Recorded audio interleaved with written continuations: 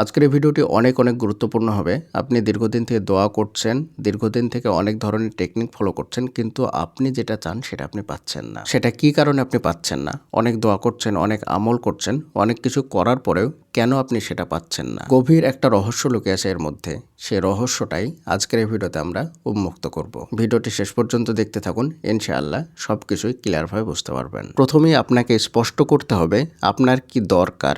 আপনার যেটা দরকার সেটাকে স্পষ্ট করে একটা খাতায় লিখুন। এখানে একটা কথা স্পষ্টভাবে ক্লিয়ারভাবে বলে দেই, আপনি কি চান সেটা আপনি পাবেন না, আপনার কি দরকার সেটা আপনি পাবেন। এই জিনিসটা আমরা অনেকে বুঝতে পারি না, যার কারণে আমরা বড় বড় টেকনিক ফলো করে এবং সুন্দরভাবে দোয়া করেও আমাদের টেকনিক এবং দোয়া কোনো কাজ করে না। দেখুন, চাওয়া এবং দরকার এই দুটো বিষয় সম্পূর্ণ আলাদা। দরকার সেই জিনিসটাকে বলে যেটা তার প্রয়োজন, যেটা তার লাগবে, হার হালে সেটা পাওয়াই লাগবে। সেটার জন্য সে সর্বাত্মক চেষ্টা করছে, সেটার জন্যে তার দম বন্ধ হয়ে আসছে। এটাকেই দরকার বলা হয়, এটাকেই প্রয়োজন বলা হয়। আর চাওয়া জিনিসটা হলো এমন একটা জিনিস যেটা আপনি দেখলেন, সেটার প্রতি আপনার আকাঙ্ক্ষা আসলো, সেটা আপনি চেয়ে নিলেন, কিন্তু সেটা পাওয়ার জন্য আপনার অন্তরের মধ্যে যে তড়পানি ভাব সেটা থাকে না। সেটা পাওয়ার জন্য আপনার দম বন্ধ হয়ে আসে না, জাস্ট আপনি চাইলেন, সেটা আপনার ভালো লাগে তাই। একজন স্টুডেন্ট প্রতিদিন ক্লাসে অ্যাটেন্ড করেন, তারপরে বাড়ি গিয়ে প্রতিদিন সুন্দর মতো পড়তে বসেন, সুন্দরভাবে স্টাডি করেন, সব কিছু ঠিকঠাক তার, এবং শেষে সে আল্লাহর কাছে দোয়া করলো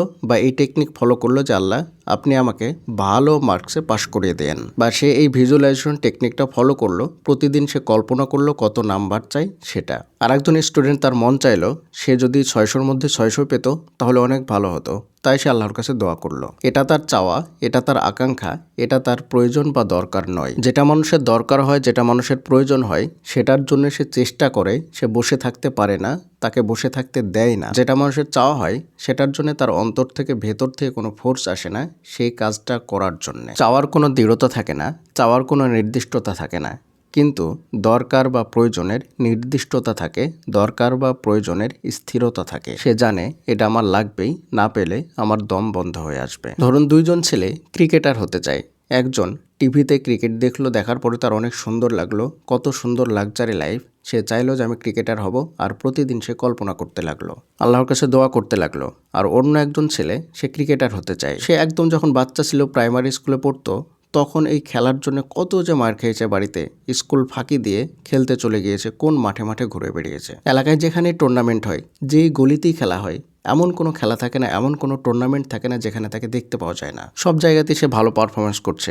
এইভাবে একটা পর্যায়ে সে গিয়ে ক্লাব ক্রিকেটে ভর্তি হলো, ক্লাব ক্রিকেট থেকে সে জেলা পর্যায়ে খেললো, জেলা পর্যায় থেকে বিভাগীয় গেল, সেখান থেকে সে জাতীয় টিমে খেলতে চায়, সেখানে অনেক ভালো পারফরমেন্স করছে, কিন্তু জাতীয় টিমে সে কোনোভাবে ঢুকতে পারছে না। তার অনেক স্বপ্ন, সে প্রতিদিন আল্লাহর নিকটে তাহাজ্জুদের সালাতে দোয়া করে, সে প্রতিদিন ভিজুয়ালাইজেশন করে, প্রতিদিন সে কল্পনা করে সে একটা সময় জাতীয় টিমে খেলবে, এই স্বপ্নটা সে দেখে। এটাকে বলা হয় প্রয়োজন, এটাকে বলা হয় দরকার, যেটা তাকে কখনো ঘুমাতে দেয় না। এটার জন্য সে মার খায়, এটার জন্য সে বাড়ি থেকে বিতাড়িত হয়, এটার জন্য সে কত কথা শুনে, সবকিছু ত্যাগ করে দিয়ে হাত পা ধুয়ে এটার পিছনে লেগে পড়েছে। তার আর কোনো গোল নেই, তার আর কোনো চাপ নেই, সবকিছু ফোকাস একটার উপরেই দিয়েছে। এটার জন্য সে বাড়ি ত্যাগ করেছে, এটার জন্য সে বন্ধু বান্ধব ত্যাগ করেছে, এটার জন্য সে শান্তির ঘুম ত্যাগ করেছে, সবকিছু ত্যাগ করেছে। আর অন্যজন যখন সে মোবাইলে খেলা দেখে, স্ট্যাটাস দেখে ক্রিকেটারদের, তাদের লাইফস্টাইল দেখে, তখন তার অনেক ভালো লাগে, সে ক্রিকেটার হতে চায়। সে না তো বল করতে পারে, না তো ব্যাট করতে পারে, না তো ফিল্ডিং করতে পারে, কিছুই সে পারে না। তার চাওয়া